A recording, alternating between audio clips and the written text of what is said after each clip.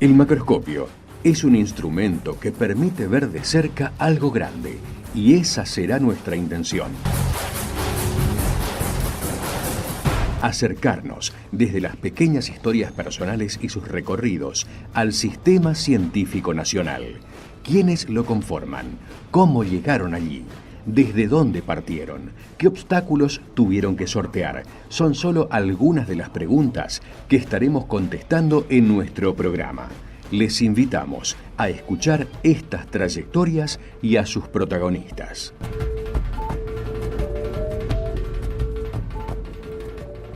Buenas tardes, estamos aquí nuevamente en Macroscopio, hoy con la visita del doctor Gustavo Zarrilli. Gustavo es doctor en Historia por la Universidad Nacional de La Plata, es investigador independiente del CONICET y se desempeña como investigador y docente en la Universidad Nacional de Quilmes. Su especificidad son los estudios rurales, la sociedad y el medio ambiente, la historia ambiental.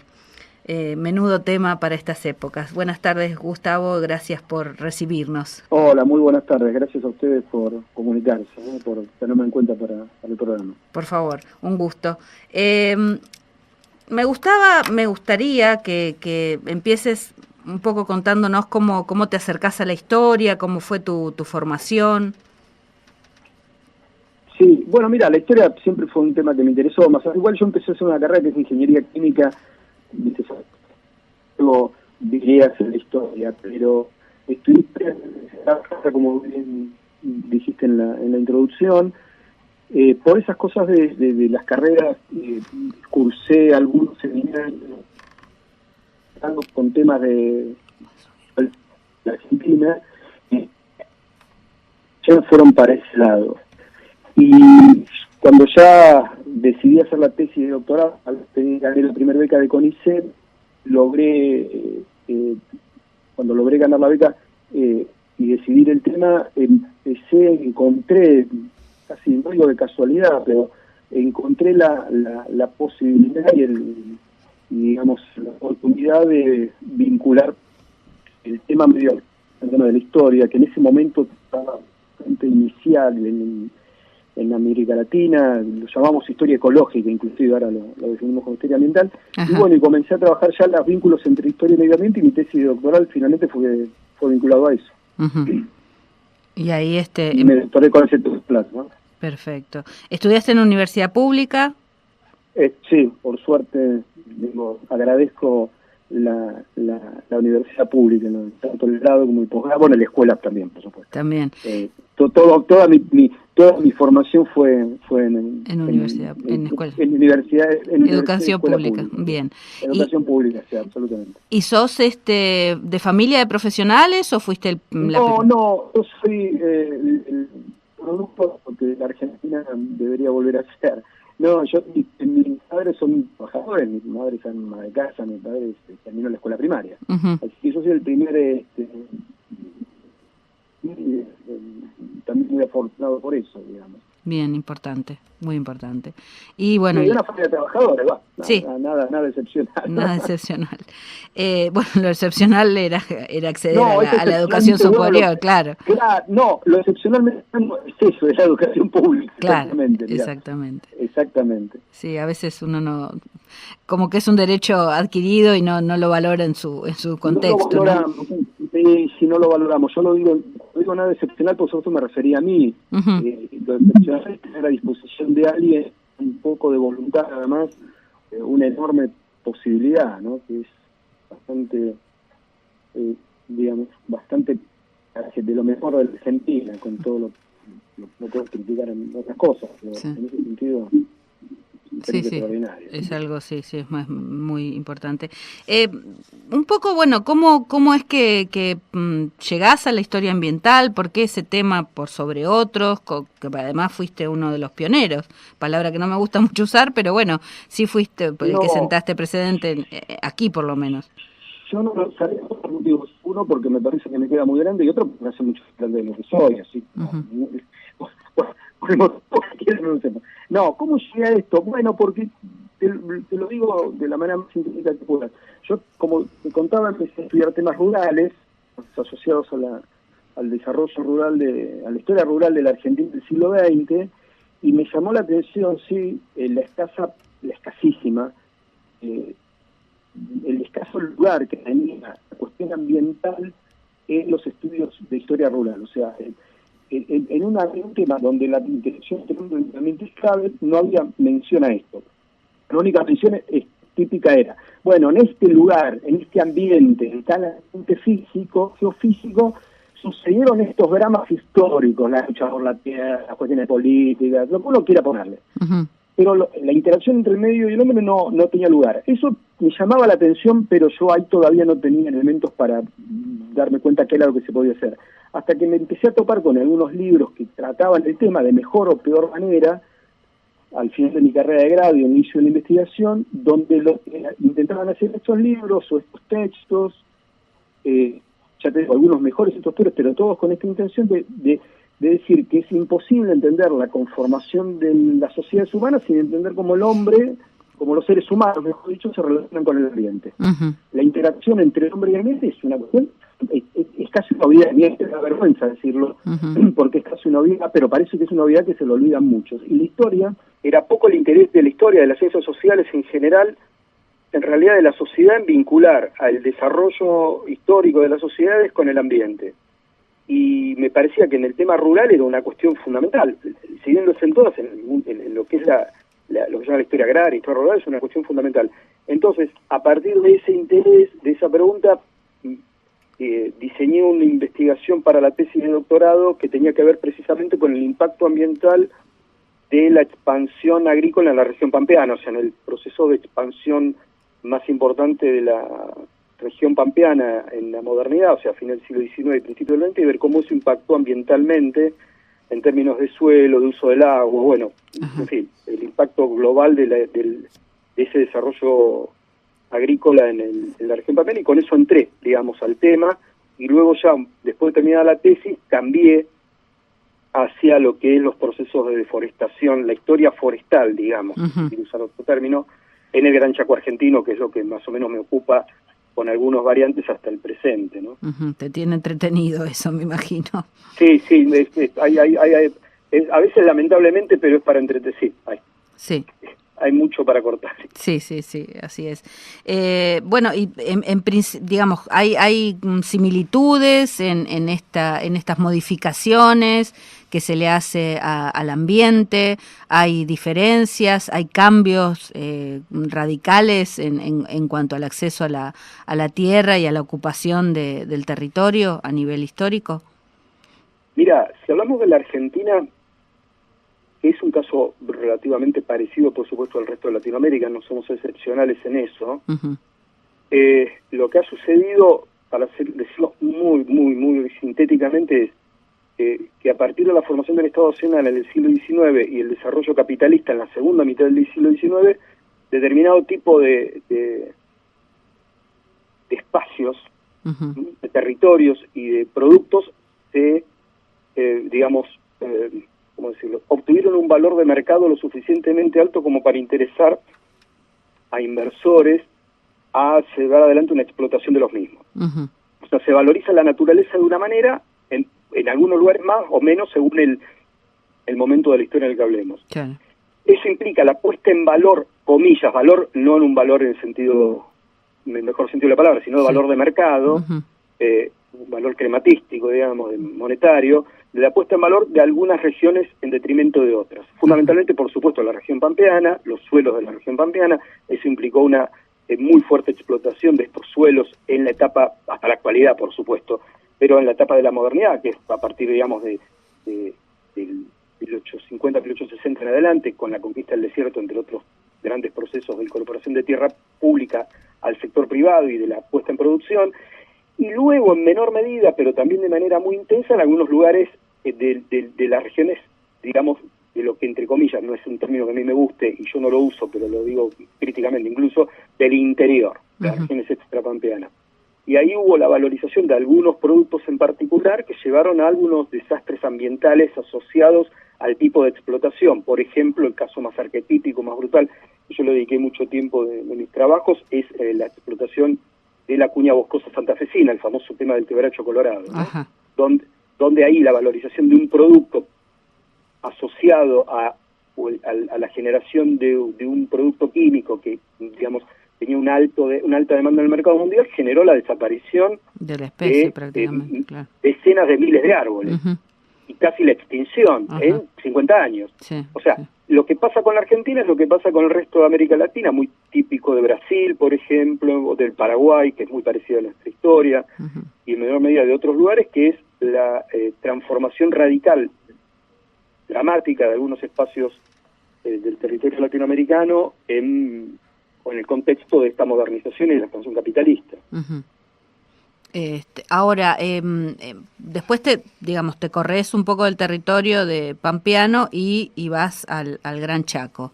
Y ahí, ¿qué es lo que encontrás, digamos? Además, o sea, inicia con esta explotación de quebracho y en los últimos tiempos, seguidamente de eso, también hay otros impactos y otras modificaciones brutales, ¿no?, en el ambiente. Claro, yo entro a esos trabajos, o a ese tema, más bien a ese espacio, si se quiere usar el término, a ese espacio geográfico, digamos, que llamarlo de alguna manera, que es el Gran Chaco, que es el Gran Chaco americano, que no solo tiene la Argentina, sino también Bolivia, Paraguay, Bolivia, claro.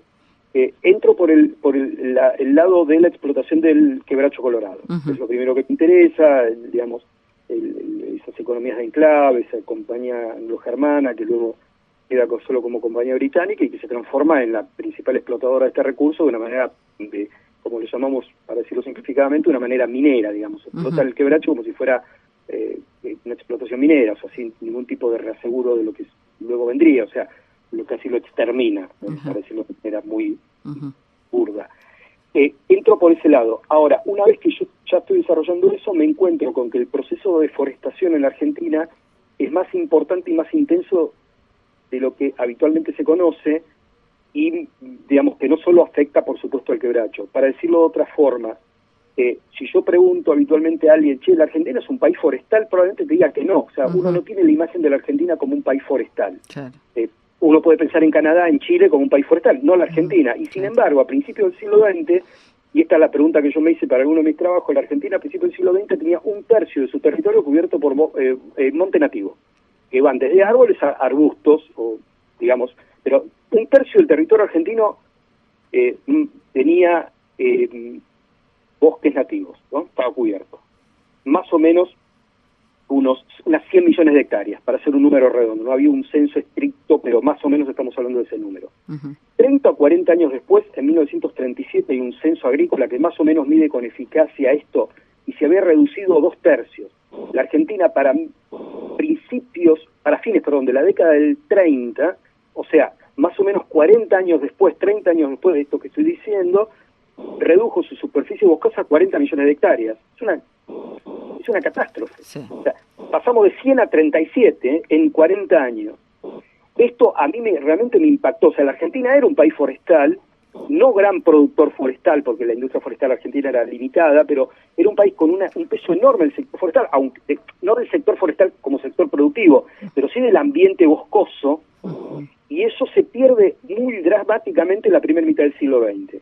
Luego se estanca ese proceso de deforestación a partir de la segunda mitad del siglo XX, y a fines del siglo XX, a partir de la década del 90 en adelante, producto de las nuevas realidades, digamos, del sector del agronegocio, fundamentalmente la entrada de la soja en gran escala, le da un nuevo impulso deforestador a la Argentina, que es lo que estamos viviendo hoy. O sea, esto que vos me preguntabas, la Argentina tiene ciclos de deforestación muy intensos a principios del siglo XX, los primeros 30 o 40 años, y a fines del siglo XX, principios del XXI. Y yo ahora estoy trabajando los temas de este periodo contemporáneo, del más cercano a nosotros, unos 30 años. Bien. Bueno, ahora seguimos hablando precisamente de ese tema. Hacemos una pequeña pausa para un temita musical y volvemos con la charla. Macroscopio. Ver de cerca algo grande. Seguimos charlando con el doctor Gustavo Sarrilli sobre historia ambiental, historia forestal, empezamos por la llanura pampeana, seguimos en el Chaco, y bueno, y ahora, ¿qué grandes modificaciones hay en estos últimos años sobre tu investigación, ¿no? En el tema de la historia forestal, sobre todo tomando en cuenta, bueno, aquí en Misiones tenemos es una provincia con una presencia muy importante de forestoindustria. Todavía no llega, o llega en muy pocos espacios la soja, pero en el Chaco sí ha habido un avance impresionante. Sí, bueno, mira, un poco enganchado con lo que conversábamos hace un instante, en los últimos 30 o 40 años la Argentina hubo un cambio muy fuerte, estructural en su sistema productivo. No en la matriz del mismo, seguimos siendo exportadores de bienes primarios, pero sí en la matriz productiva en el sector rural. Fundamentalmente no solo, pero fundamentalmente con la llegada de la soja, la incorporación de la soja transgénica, lo que permite cultivarla en ámbitos que tradicionalmente no se podía, y los sistemas de cultivo nuevos, la siembra directa, y el uso masivo de fertilizantes y de herbicidas, para decirlo simplificadamente, todo un paquete tecnológico asociado al agronegocio. Eso impacta primero en la región pampeana, por supuesto, creciendo a partir de los precios internacionales crecientes y de la demanda internacional de estos bienes, y luego esto se transfiere a otras regiones que no tradicionalmente producían para exportar, en este caso, una oleaginosa. Eso implica el avance de la frontera agrícola en lugares tradicionalmente asociados a producciones de subsistencia, ganadería extensiva o agricultura familiar, del modelo del agronegocio. Lo que sucede es que en esos lugares el monte nativo tenía un lugar importante en territorialmente hablando. Estamos hablando de provincias asociadas a la región chaqueña, esto es, parte de Santiago del Estero, parte de Chaco, parte de Formosa, parte de Salta, donde la expansión de la frontera agrícola corre, digamos, el territorio del monte nativo, del bosque nativo, con una situación de un proceso de deforestación muy intenso. Entonces, lo que tenemos en los últimos 30 o 40 años es, por un lado, un enorme crecimiento de la producción asociada a los granos, a cereales u oleaginosas. La oleaginosa, especialmente la soja, en regiones por fuera de la región pampeana, donde los precios, los rendimientos y el modelo en general de este agronegocio hace digamos, rentable la explotación de estos productos en territorios que tradicionalmente no lo eran, y esto genera un proceso de deforestación muy intenso en estas zonas que decía. Con niveles de deforestación que, para no aburrir, no voy a dar un dato, pero que son muy altos, inclusive son mucho más altos que en países donde uno intuye que la deforestación es más intensa, como por ejemplo el Brasil. O sea, hay provincias argentinas que pierden promedio, por supuesto en promedio, no en valores absolutos, mucho más en términos relativos que regiones brutalmente explotadas en términos de bosque. Es una situación dramática. Y en el caso de lo que vos mencionabas de la provincia de Misiones, sucede una cosa diferente, pero también importante y compleja. Misiones va a perder una parte importante de su bosque nativo en beneficio de un monocultivo, que en este caso no es la soja, pero sí de un monocultivo de la industria silvícola. O sea, ahí tienen otro problema, que es las consecuencias ambientales de del monocultivo de la silvicultura, o sea, transformar a Misiones en una provincia productora forestal, por supuesto, que no tiene en sí mismo ningún problema, fuera hecho con cuidado, pero con un proceso de monocultura que impacta muy mal tanto en el ambiente, impacta muy mal en el ambiente, tanto en términos de las variables ambientales como socioambientales. Sí, lo acabamos de ver en Corrientes. Bueno, exactamente. Una de las patas de esta catástrofe ha sido las bombas. Una de las patas, exactamente. Eso es exacto. Eso es una manifestación de muchas de las que hay. Pero inclusive a nivel, por ejemplo, yo trabajo con algunas de las personas que trabajan con nosotros, becarios doctorales nuestros, que los dirijo en este momento en el CONICET, que están trabajando, por ejemplo, el impacto socioambiental de la monocultura de algunas empresas en el norte de la provincia de Misiones, y el impacto, por ejemplo, en la salud es brutal. Sí. No es solo el glifosato en la región pampeana. No. Es solo Digo, es estremecedor. Yo no lo digo, no estoy exagerando. Digamos, poblaciones de pequeñas ciudades o pueblos asociados, por ejemplo, a las cercanías con Arauco, donde los niveles de, digamos, el crecimiento de enfermedades, digamos, que duplican o triplican la media nacional. Sí, de hecho, asociado a estos modelos de agronegocio, porque finalmente esas empresas forestales también trabajan con el modelo de agronegocio. Sí, obviamente, y además el impacto, no solo es obviamente en la salud, en la comunidad, también en el ambiente, y no solo en la flora, en la fauna, en la calidad del agua, en los ríos, en la escasez de agua. Ese es otro gran tema Exactamente, uno de los dos grandes problemas que hay, de los 2 o 3 grandes problemas que hay, uno es el del agua. Uno es el uso del agua brutal de las empresas, con la desaparición de una importante cantidad de pequeños y medianos cauces de agua, de arroyos, los ríos, o desaparecen o pierden muchísimo caudal, y otro, por supuesto, es que están envenenados.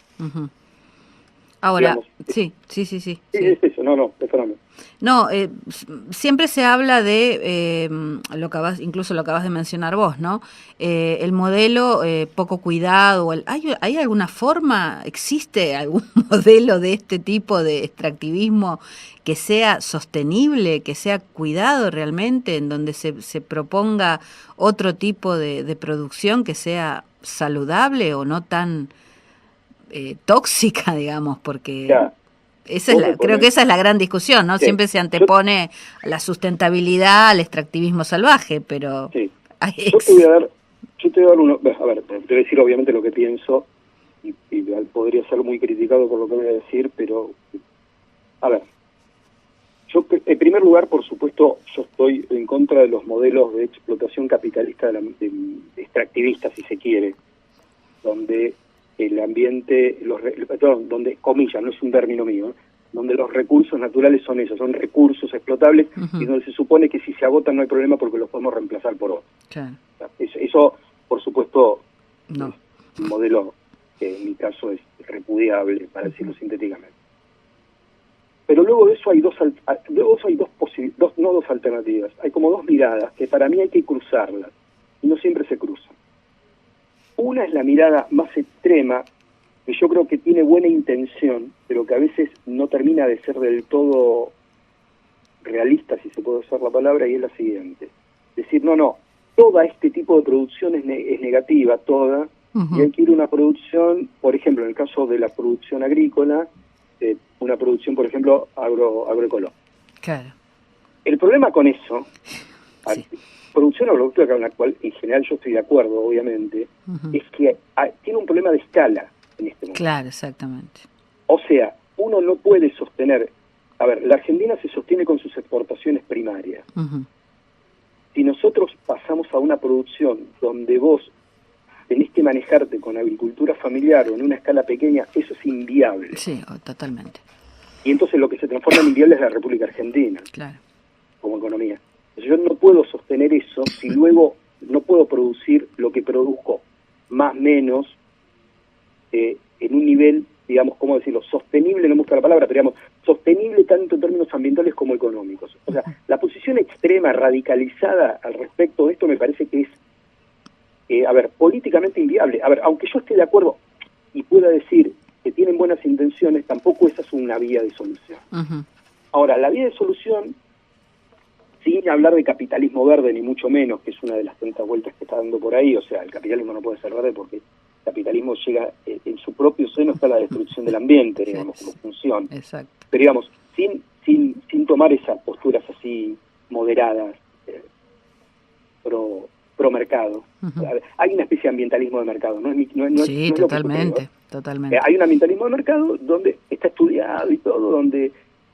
por ejemplo, se cobran impuestos si contaminás, donde se paga por destruir. Donde, claro, sí, toda la financiación de cómo se financia la naturaleza, ¿no? Con estos bonos de carbono, ¿viste? Exacto, todo eso, sí, exactamente. Todo eso yo, por supuesto, estoy en contra. Ahora, yo creo que sí se pueden llegar digamos, a niveles razonables de equilibrio entre la necesidad de la producción y del cuidado de bienes naturales y de los bienes comunes, que no son lo mismo, porque hay bienes comunes que hay que cuidarlos de una manera más intensa porque son bienes comunes, y los bienes naturales son bienes naturales que no hay que transformar en capital natural, porque ahí también hay un problema. El modelo capitalista actual transforma los bienes naturales en capital natural. Exacto, claro. Y nosotros lo que tenemos que hacer es conservar los bienes naturales y los bienes comunes protegerlos de manera feroz. Entonces, yendo a tu pregunta, yo creo que hay maneras razonables en términos de la producción, por ejemplo, que la Argentina tiene como principal sostén, para hacerlo de manera, yo diría, inteligente, donde se puede llevar adelante una producción primaria impulsando, por ejemplo, la agroecología a gran escala, que se puede hacer, impulsando la producción con cuidado, que se puede hacer, pero también cuidando de manera muy fuerte qué cosas, por ejemplo, el uso masivo de herbicidas, por ejemplo, potenciando producciones locales que a veces en detrimento de la soja pierden, no solo generan el avance de un monocultivo, sino que, por ejemplo, pierden la producción regional, matices, variables, mano de obra. Sí. El caso típico fue el avance de la soja en Salta, por ejemplo. Que liquidó no liquidó, pero que, por ejemplo, cayó sobre la producción de porotos, de garbanzos, que eso era mano de obra intensiva y no eran jodidos para el ambiente. Digamos, hay maneras de hacer las cosas bien, razonablemente bien, pero eso requiere un Estado muy inteligente, con recursos y decisión política. Sí. Bien. Y hoy no sé si todo esto está junto, digamos. No estaríamos no se estarían alineando estas cosas. Pero, esas cosas. Pero yo creo que se puede hacer. Vuelvo a repetirte, no me parece, por supuesto, vuelvo a repetir, criticando radicalmente la posición de un capitalismo tal cual funciona hoy, pero la otra posición extrema tampoco nos permite una solución al problema. Claro. Entonces hay que tener una posición, me parece, de cuidado con inteligencia, creo yo. Bien, ahora... No sé si Sí, contestaste. Satisface. Pero... Ahora seguimos profundizando. En el próximo bloque hacemos una breve pausa. Macroscopio, la ciencia en su laberinto. Seguimos hablando con el doctor Gustavo Sarrilli. Bueno, hemos tocado puntos muy interesantes y hemos seguido una línea. En esa línea estamos hablando sobre producción sustentable y las posibilidades, ¿no?, de que pudiera existir algo así. Comentás, y me parece absolutamente inteligente, digamos, esto del capitalismo verde, ¿no? O sea, realmente con esta matriz de producción y de consumo, ¿qué alternativas hay? Porque, digamos, más allá de producir, creo que la demanda, o que ya sea real o armada, inventada, necesita una producción como la que está en boga. Así que creo que habría algo previo, ¿no? Decir, bueno, cambiemos la cabeza como para producir de otra manera y tratar de no llevarnos puestos todo, porque lo que estamos viendo es eso, ¿no? Como todas este tipo de producción, extractivismo, confluyen con el cambio climático, que también tiene que ver con eso, con arrasar territorios y poblaciones y comunidades. Entonces, digo, en algún momento creo que habría que parar, obviamente no es la intención de todos, pero habría que parar y repensar, ¿no?, en qué es lo que estamos haciendo,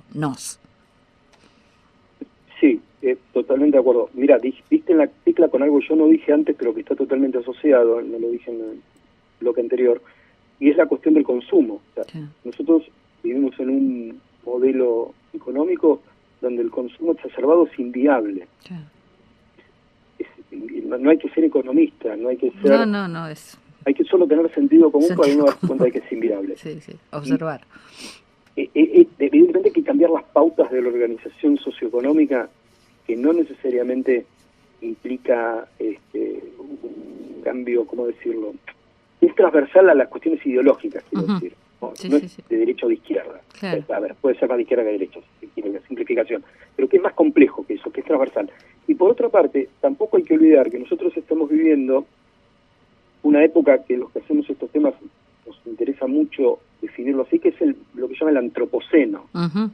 O sea, nosotros estamos viviendo una época en los últimos años se definió como esto, antropoceno. O sea, hasta este momento los cambios geológicos de largo plazo en la Tierra estuvieron dados por cuestiones naturales. O sea, enfriamientos, calentamiento de la Tierra, pero todo siempre asociado a cambios, digamos, de tipo geológicos y no impulsado por Por la un ser intervención viviente de la humana, Tierra. claro. Claro, este cambio actual que estamos viviendo está causado por por la intervención humana en la Tierra.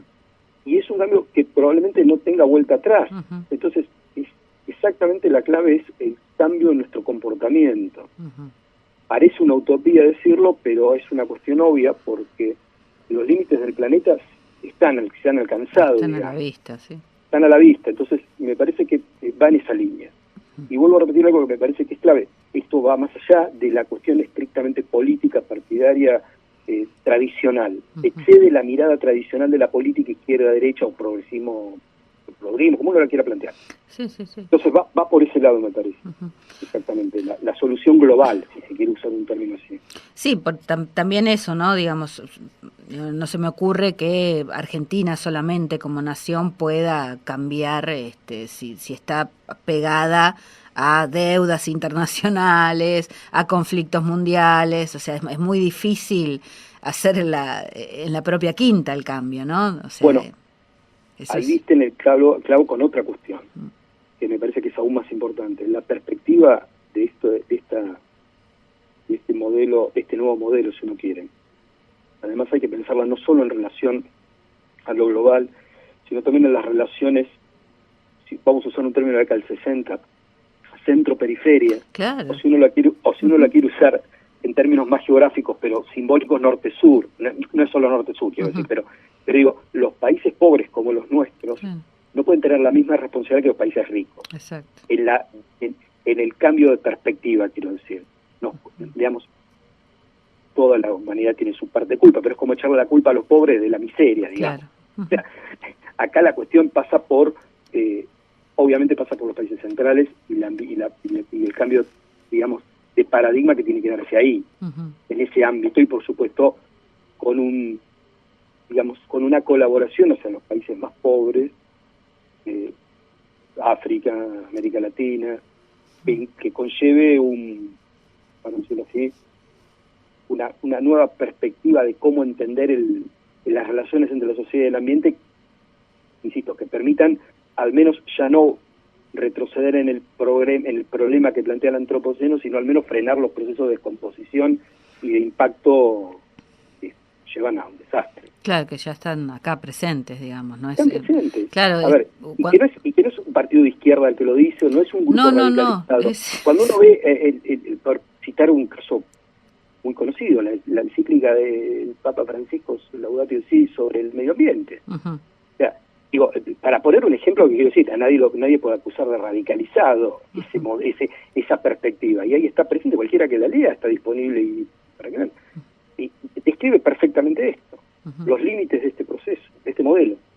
Ahora este modelo además tiene impactos no solo ambientales, sino que hay todo un discurso de que cada vez se hace más agua, ¿no?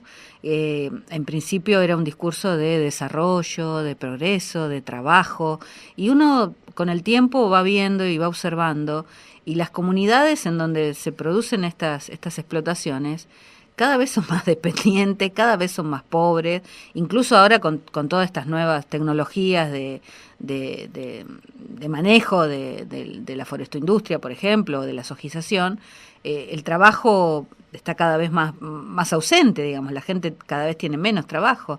Entonces, sigue siendo el mismo círculo de pocos los que se favorecen con este modelo, y más allá de exportar, y que eso también siempre tiene sus grises, ¿no? Porque lo hemos vivido con el tema de cómo se niegan a veces los grandes productores a pagar impuestos sobre eso, o incluso declarar fehacientemente lo que exportan. O sea que es toda una zona turbia que en realidad no sabemos muy bien a quién, o sea, sabemos muy bien a quién favorece, y sin embargo se sostiene como algo que hace progresar al país, o que digamos genera divisas, y en realidad hace agua. Sí, mira, a ver, otra vez estoy totalmente de acuerdo con lo que decís. Mira, dos cosas. La solución no puede venir del lado de utilizó un término tal vez un poco antiguo, del lado de las corporaciones sobre los grandes grupos económicos. Digamos, esta idea de este capitalismo verde, todo este discurso de muchas empresas de pintar de verde algo de su discurso para poder hacerse más amigables en el momento del tema del ambiente que está en la agenda mundial, es falso, por empezar, en general. Y además la historia, ya que yo vengo de la historia, es clara en esto. Cuando vos decís, estas explotaciones no generan progreso, no generan todo lo que prometían, lo hemos comprobado todo el tiempo. Claro. Yo te decía el caso del quebracho. La explotación del quebracho en el norte, en el Chaco santafesino, duró 20 o 30 años, y lo único que logró fue exterminar el monte de quebracho y liquidar a la población local, claro, que se tuvo, una vez que la empresa se fue, se tuvo que ir, y quedó, esa tierra quedó, ese sector quedó arrasado.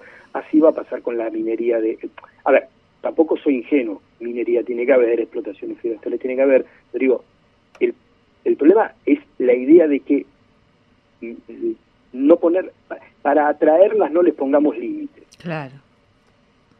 No, pongamos los límites que hay que poner, y eso va a permitir, si quiero usar el término de Naciones Unidas, un desarrollo sostenible en ese ámbito. ¿Qué quiero decir? No es lo mismo una producción forestal razonable. Por ejemplo, yendo a la producción forestal, hay muchos trabajos muy buenos sobre silvicultura y ganadería, sí, ¿no? Sí. El mix entre silvicultura y ganadería para proteger bosque nativo. Sí. Eso se puede hacer perfectamente y está estudiado. El INTA lo estudió muy bien. Sí, acá hay algunos proyectos así. Tal cual. Hay explotaciones silvícolas que son razonablemente buenas, que se pueden hacer sin... Ahora, no es lo mismo eso que Arauco. No, obvio. Pero, ¿qué quiero decir? No tiene por qué ser Arauco el modelo. Claro. Ahora, tampoco tenemos que volver al siglo XVII. Claro. Lo que también sería... O sea, entre medio hay que actuar con inteligencia, me parece. Y eso en gran parte de todos estos ámbitos, digamos. Lo que no se le puede dar es carta blanca por la necesidad de inversiones. Lo voy a decir muy simplificadamente. Porque yo necesito inversiones y necesito exportar, no puedo darle carta blanca a quien, a una minera, a una petrolera, a una forestadora o a un a gran inversor agrícola, claro. Digamos, el control, que además implica no solo el control medioambiental, sino, como vos decías antes, el control económico. Si yo no le puedo dar más beneficios a eso que a los chicos. Claro. Porque además los beneficios que generan estos son pocos para el país. En el fondo siguen siendo pocos. El caso paradigmático para salir del caso forestal son las mineras en la cordillera. San Juan, provincia minera, es una provincia mucho más pobre que Mendoza, por ejemplo. Sí, totalmente. O sea, la minería ahí no está generando lo que dice que genera. Pero eso, bueno, es otra vez parte de la responsabilidad política, ¿no? De la situación y de la responsabilidad social también de los diferentes actores que trabajan en los temas en estos temas. Ahora seguimos, con el bloquecito final, hacemos otro breve corte y volvemos. Seguimos hablando con el doctor Gustavo Sarrilli sobre historia forestal, historia ambiental, y ya hemos derivado en diferentes cuestiones. Se me ocurre, retomando lo último que dijiste, esta posibilidad de control, de fiscalización, ¿cómo es viable en nuestros países? Porque vemos que continuamente saltan negociados y amigos y cosas raras, tanto en los países limítrofes como nosotros, digamos. Decimos, sí, podemos controlar, podemos no dar carta blanca.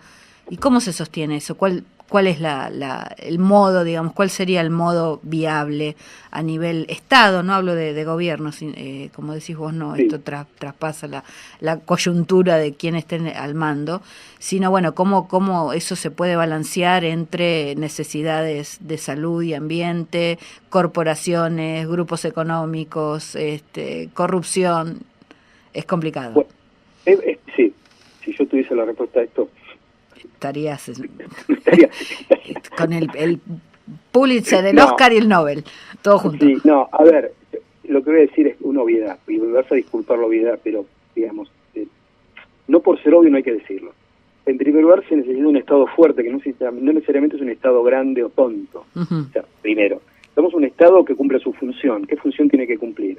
A ver, yo no quiero que venga una empresa X a forestar Misiones con una o dos especies de pino y que eso genere un impacto tremendamente negativo en el ambiente de la gente. Yo quiero decir, bueno, a ver, ¿qué podemos hacer con esto para que ustedes vengan, ganen, pero nosotros no perdamos? Claro. No perdamos gente, no perdamos ambiente. Bueno, hay muchísimas posibilidades en casi todos los ámbitos. Lo que se necesita es, por supuesto, un Estado eficiente, Sí. un Estado inteligente que no esté cooptado por estas corporaciones. Ahora, no solo del discurso, sino desde la práctica. Por ejemplo, si yo tengo una producción, bueno, hoy en el 2022 no tanto, pero por ejemplo, cuando la soja tuvo su pico máximo de expansión a principios del siglo XXI, por ejemplo, que yo decía antes, fue típico, en el caso de Salta fue muy paradigmático, por ejemplo, además de deforestar, desalojaba producción regional, por ejemplo, lo que decíamos antes, Sí, legumbres. Sí. ¿Qué tenías que hacer si vos sos el Estado? Bueno, a ver, al productor de legumbre, en vez de producir soja, ¿sabes qué tenés que hacer? Yo te voy a permitir, no sé, pagar menos impuestos para que vos sigas produciendo legumbre. Claro. No te obligo a producirlas, pero te doy incentivo. Vos incentivar lo bueno. Entonces, ese tipo, en vez de plantar soja, iba a mantener la producción, iba a mantener su población, por ejemplo, la mano de obra que contrataba. No estabas haciendo nada, pero si estabas tomando acciones positivas. Claro. Ejemplo, en la región pampeana. La región pampeana, una parte importante de la producción láctea de los tamberos dejaron de producir leche porque la leche estaba por debajo del valor, perdían plata y vendían, liquidaban las vacas, liquidaban el campo y arrendaban o se ponían a producir soja. Claro. Típico. ¿Qué tenés que hacer? A ese tipo tenés que decir, no, muy bien, usted siga sosteniendo. Yo le bajo los impuestos a lo que usted, por ejemplo, para no pensar solo en cobrar impuestos, yo te bajo los impuestos, te protejo. Ahora, vos seguís produciendo leche. Claro. Y además vamos a lograr, por ejemplo, una industria lechera de puta, bueno, una cantidad de cosas, pero eso se tiene que hacer con inteligencia. Claro.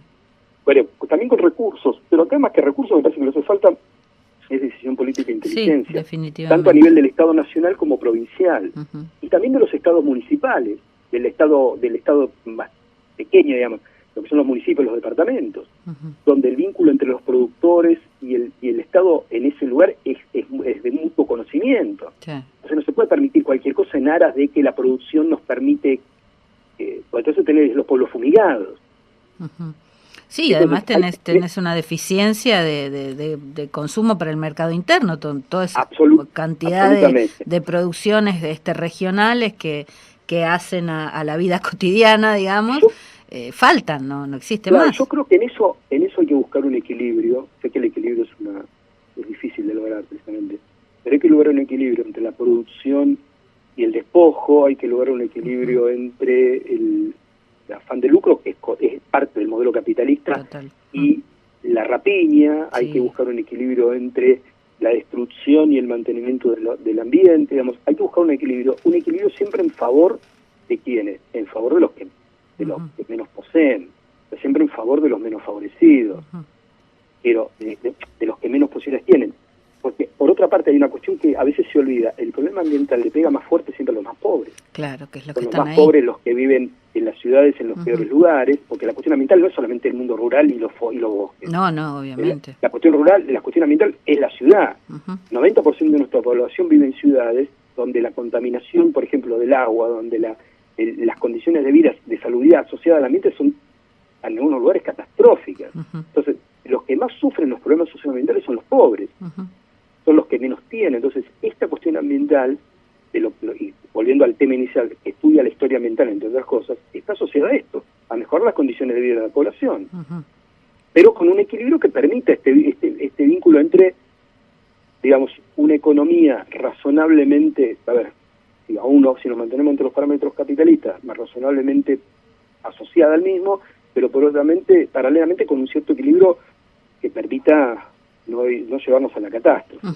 Igual hay como una percepción de eso, ¿no? Aunque sea minúscula o de pequeños grupos, sobre todo, bueno, en los ambientes más invadidos, por ahí las propias comunidades, ya sea de pueblos originarios o de grupos campesinos, tienen una voz en contra de todo esto, que a veces está un poco invisibilizada, pero cada vez más presente, ¿no? Hay una reacción. Absolutamente. Ahí voy a decir sobre lo tuyo, que otra vez estoy de acuerdo. Parece que editamos antes de hablar. No nos pusimos de acuerdo. No, antes. Es cierto que no. Hay dos cosas. Una, lo que vos señalás de los pueblos originarios, sectores campesinos y demás, extraordinariamente importante porque para ellos esto no es una novedad. No, claro. Esto es una lucha continua. Lo que pasa es que durante decenas y casi centenares de años estuvieron invisibilizados, como bien dijiste. Claro. O sea, para estos sectores esto no solo no es una novedad, sino que es una lucha tradicional, a lo cual hay que escuchar con claridad y hay que darles un lugar importantísimo en todo esto. Y paralelamente, donde sí es una novedad, pero es buena, es que hay ¿cómo decirlo? Una puesta de atención, un despertar de estas cuestiones en otros grupos sociales. Ajá, sí. Ya no es una élite, la palabra no es élite, ¿no? Un pequeño grupo de militantes ambientalistas que también, no es una crítica. Ya hay una cierta conciencia de esto. En el mundo, en algunos lugares mucho más que en otros, por supuesto, pero ya está en la agenda. Si uno lo percibe, ya está en la agenda. Cuando los partidos políticos, cuando los grupos de poder comienzan a tomarlo el tema, aunque más no sea para manipularlo, ya uno se da cuenta que está en la agenda. Entonces, eso es una buena noticia. Sí, totalmente. Ahora, el problema es qué hacemos con eso, digamos.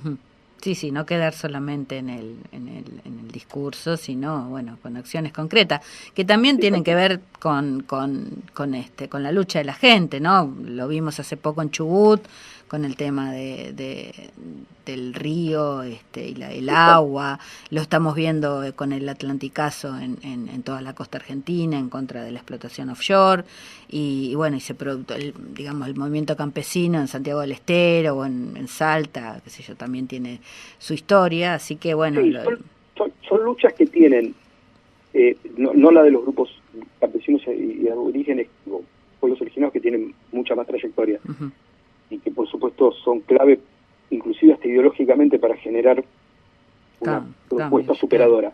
Pero independientemente de ellos, independientemente en el sentido positivo, junto con ellos, en los últimos 30 o 40 años hay un despertar que en los últimos 10, yo diría, es mucho más visible. Estos ejemplos que vos mencionaste, sumados a la lucha contra las mineras en la cordillera, etcétera, etcétera, me parece que van por el buen camino, digamos, para ser un poco optimista, digamos.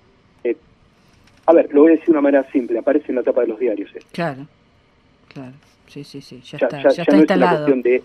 Claro, está instalado. Nos puede gustar más o menos las respuestas, nos puede gustar más o menos cómo se usó, cómo a la Argentina hace manejo del uso, por ejemplo, de política contra el fuego en el sector forestal, nos puede gustar más o menos la política petrolera que tenemos, nos puede gustar más o menos puntos suspensivos, todo lo que querramos.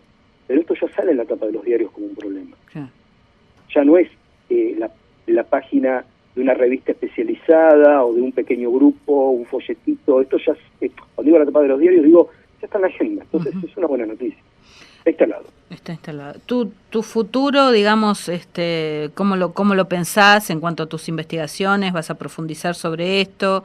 ¿Hay nuevas puertas que se abren a partir de todos estos años de investigar, de cómo se están desarrollando estas producciones, estas cuestiones en el ambiente y en la sociedad? Sí. Mira, yo pienso hacer esto en dos direcciones. Una es profundizar estas líneas de investigación sobre deforestación y desarrollo de la frontera agrícola, pero en combinación con compañeros y colegas de Paraguay y de Brasil, porque me parece que esto hay que pensarlo. Bien. El estudio ambiental piensa no solo en términos nacionales, sino se expande por sobre la frontera nacional, digamos, sobre la frontera ficticia de los estados. Y estamos trabajando en una regionalización del problema. Creo que son fenómenos bastante muy comunes, muy parecidos, y es interesante, digamos, hacerlo común. Y lo otro que tengo muchas ganas de trabajar es ya darme un gusto personal, pero está asociado a esto también, es trabajar la historia de los parques nacionales. Ah, qué lindo, interesante. Sí, eso además es agradable. Sí, muy.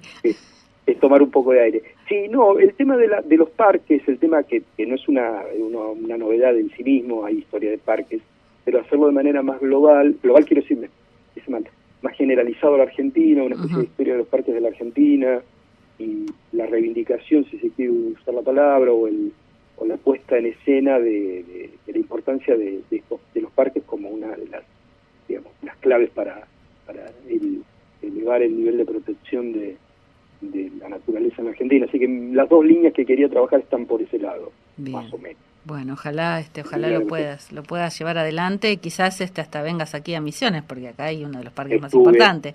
¿Ya estuviste? Pucha. Mira, fui al Parque Uruguay el año pasado a empezar a ver un poco, que es un parque provincial, digamos, pero anduve por allí, dándome el gusto. Bueno, hay más, así que la próxima... Hay mucho más, sí. La próxima te acompañamos a hacer el recorrido. Con gusto. Bueno, realmente, Gustavo, ha sido un placer hablar con vos, muchísima claridad y los temas que tocás son álgidos e importantes y bueno, es necesario siempre difundir este tipo de investigaciones y acercar a la comunidad en general lo que hacen los investigadores de las universidades, del CONICET, porque bueno, es parte de la devolución y es una necesidad de que este conocimiento circule. Así que te agradezco muchísimo tu tiempo. Y bueno, quedamos en contacto. Dale, no, yo te agradezco a vos, por supuesto, que me hayas convocado para el programa, porque me gustó mucho hacerlo y me mucho placer. Y por otra parte, como acabas de decir bien, y para cerrar, tenemos una responsabilidad social nosotros. Exacto.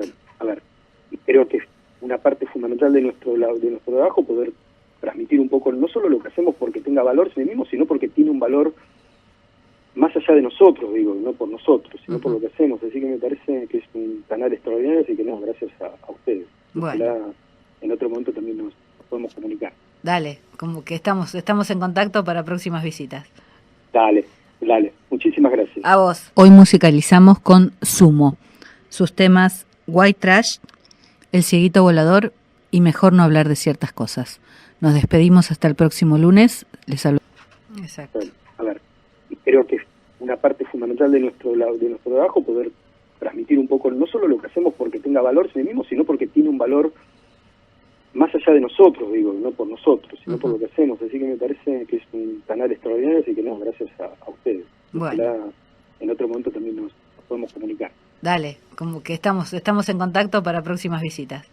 Dale, muchísimas gracias. A vos. Hoy musicalizamos con Sumo, sus temas White Trash, El Cieguito Volador y Mejor no hablar de ciertas cosas.